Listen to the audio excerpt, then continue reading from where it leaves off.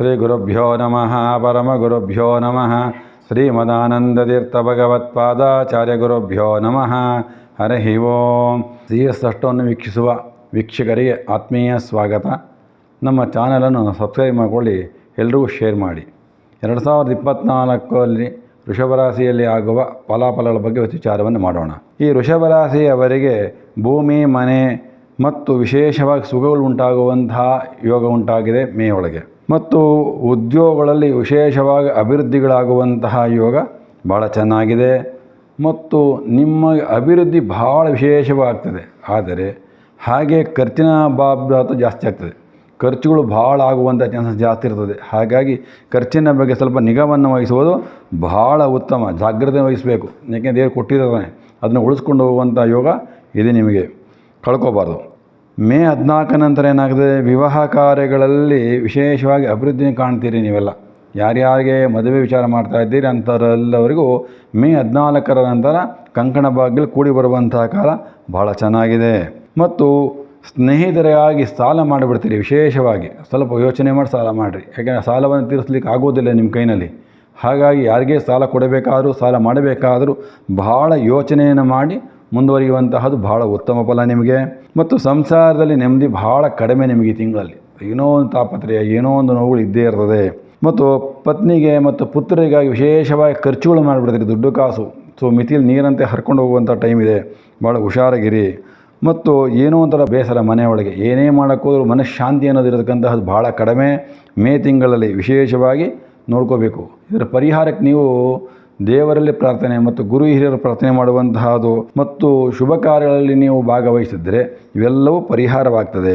ವ್ಯಾಪಾರಸ್ಥರಿಗೆ ಹಾಗೂ ವ್ಯವಹಾರಗಳಲ್ಲಿ ಅಲ್ಪ ಲಾಭ ಭಾಳ ಆಗುವಂಥ ಚಾನ್ಸಸ್ಸು, ಕಡಿಮೆ ಲಾಭ ವ್ಯಾಪಾರ ಆಗ್ತದೆ, ಲಾಭ ಕಡಿಮೆ ಇರ್ತದೆ, ಹುಷಾರಾಗಿರಬೇಕು. ವಿಶೇಷವಾಗಿ ಇನ್ನೇಂದರೆ ಕೋರ್ಟ್ ಕಚೇರಿಗಳಲ್ಲಿ ಸ್ವಲ್ಪ ತೊಂದರೆಗಳಾಗುವಂಥ ಚಾನ್ಸಸ್ ಜಾಸ್ತಿ ಇರ್ತದೆ. ಹಾಗಾಗಿ ಆ ವಿಚಾರದಲ್ಲಿ ಭಾಳ ಮುಂದಕ್ಕೆ ಹೋಗಬೇಡಿ, ಭಾಳ ಹುಷಾರಾಗಿರಿ. ಮತ್ತು ವಿಶೇಷವಾಗಿ ನಿಮ್ಮ ಪತ್ನಿಯ ಆರೋಗ್ಯದಲ್ಲಿ ಸ್ವಲ್ಪ ಏರುಪೇರಾಗುವಂಥ ಚಾನ್ಸಸ್ ಜಾಸ್ತಿ ಇದೆ. ಸ್ವಲ್ಪ ಅದರ ಕಡೆ ಗಮನವನ್ನು ಕೊಟ್ಟರೆ ಭಾಳ ಒಳ್ಳೆಯದಾಗ್ತದೆ. ಮತ್ತು ವಿಶೇಷವಾಗಿ ಸ್ವಯಂಕೃತ ಅಪರಾಧವನ್ನು ಮಾಡುವಂಥ ಚಾನ್ಸಸ್ ಜಾಸ್ತಿ ಇರ್ತದೆ. ನೀವೇ ಮೈ ಮೇಲೆ ಹೇಳ್ಕೊತಾರೆ ನೋವುಗಳನ್ನ, ಸ್ವಲ್ಪ ಆದಷ್ಟು ಅವಾಯ್ಡ್ ಮಾಡಿಕೊಡಿ. ಇಲ್ಲಾಂದರೆ ಸ್ವಯಂಕೃತ ಅಪರಾಧದಿಂದ ಭಾಳ ತೊಂದರೆಗಳಾಗುತ್ತೆ. ಸಂಗೀತಗಾರರಿಗೆ ಹಾಗೂ ಕಲಾ ನಿಪುಣರಿಗೆ ಒಳ್ಳೆಯ ಅವಕಾಶಗಳು ಕೂಡಿ ಬರ್ತದೆ. ಯಾರ್ಯಾರು ನಟನೆ ಮಾಡ್ತೀರಿ, ಸಂಗೀತವನ್ನು ಹೇಳ್ತೀರಿ, ಒಂದು ಸಣ್ಣ ಪುಟ್ಟ ಕಾರ್ಯಕ್ರಮ ಮಾಡ್ಕೊತೀರಿ, ನಾಟಕಗಳು ಮಾಡ್ತೀರಿ, ಇಂಥವರೆಲ್ಲರಿಗೂ ಒಳ್ಳೆಯ ಕಾಲ. ನಿಮ್ಮ ಕಾಯಕಕ್ಕೆ ತಕ್ಕ ಫಲ ಸಿಗುವಂತಹದ್ದು, ಒಳ್ಳೆಯ ಹೆಸರು ಕೀರ್ತಿಗಳು ಬರುವಂಥ ಕಾಲ ಬಹಳ ಚೆನ್ನಾಗಿದೆ ನಿಮ್ಗೆ ವಿಶೇಷವಾಗಿ. ಯಾಕೆಂದರೆ ಶುಕ್ರ ಚೆನ್ನಾಗಿರ್ತಾನೆ ನಿಮಗೆಲ್ಲರಿಗೂ. ಕಲಾ ನಿಪುಣರಿಗೆ, ಸಾಹಿತಿಗಳಿಗೆ, ಸಂಗೀತಗಾರರಿಗೆ ಭಾಳ ಒಳ್ಳೆಯ ಕಾಲಗಳಾಗುವಂಥ ಚಾನ್ಸಸ್ ಚೆನ್ನಾಗಿದೆ.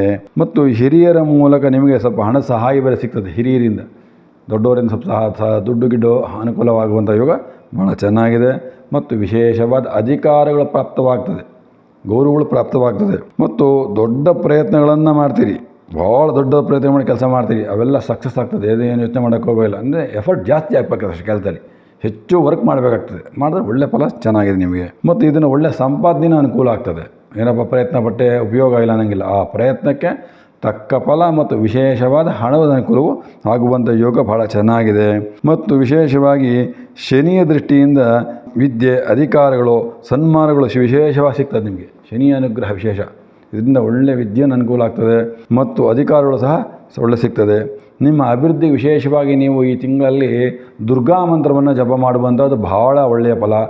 ದುರ್ಗಾಯೇ ನಮಃ ಈ ಮಂತ್ರವನ್ನು ಪ್ರತಿನಿತ್ಯ ಪಾರಾಯಣ ಮಾಡುವಂತಹದ್ದು, 108 ಸಲ ಜಪ ಮಾಡೋದ್ರಿಂದ ಮೇ ತಿಂಗಳಲ್ಲಿ ವಿಶೇಷವಾದ ಫಲವನ್ನು ನೀವು ಅನುಭವಿಸುವುದು. ಯಾಕೆ ದುರ್ಗಾ ಮಂತ್ರವನ್ನೇ ಮಾಡಬೇಕು? ದೃಷ್ಟಿಗಳಾಗುವಂಥ ಚಾನ್ಸಸ್ ಜಾಸ್ತಿ ಇರ್ತದೆ. ಕೆಟ್ಟ ದೃಷ್ಟಿಗಳು ಮತ್ತು ದುಷ್ಟ ಸಹವಾಸಗಳು ಇವೆಲ್ಲ ಹೋಗಬೇಕಾದ್ರೆ ದುರ್ಗಾದೇವಿನೇ ಮಹಾ ಮಂತ್ರ. ಆ ದುರ್ಗಾ ಮಂತ್ರವನ್ನು ಯಾರು ಪ್ರತಿನಿತ್ಯವೂ ಬೆಳಗ್ಗೆ ಸಾಯಂಕಾಲ ಹೆಚ್ಚು ಜಪ ಮಾಡ್ತೀರೋ ಅಂಥವರಿಗೆ, ಅಂತಹ ವೃಷಭರಾಶಿಯವರಿಗೆ ಮೇ ತಿಂಗಳಲ್ಲಿ ಯಾವ ಕಷ್ಟಗಳೂ ಬರೋದಿಲ್ಲ. ಯಾರು ದುರ್ಗಾ ಮಂತ್ರವನ್ನು ಬಿಡ್ತೀರಿ ಅಂಥವ್ರಿಗೆ ತಾಪತ್ರೆ ತಪ್ಪಿದ್ದಲ್ಲ. ಹಾಗಾಗಿ ಮೇ ತಿಂಗಳಲ್ಲಿ ದುರ್ಗಾ ಮಂತ್ರ ಜಪದಿಂದ ನಿಮ್ಮ ಕೆಲಸಗಳಲ್ಲೂ ಬಹಳ ಅಭಿವೃದ್ಧಿ ಆಗ್ತದೆ. ನಮಸ್ಕಾರಗಳು.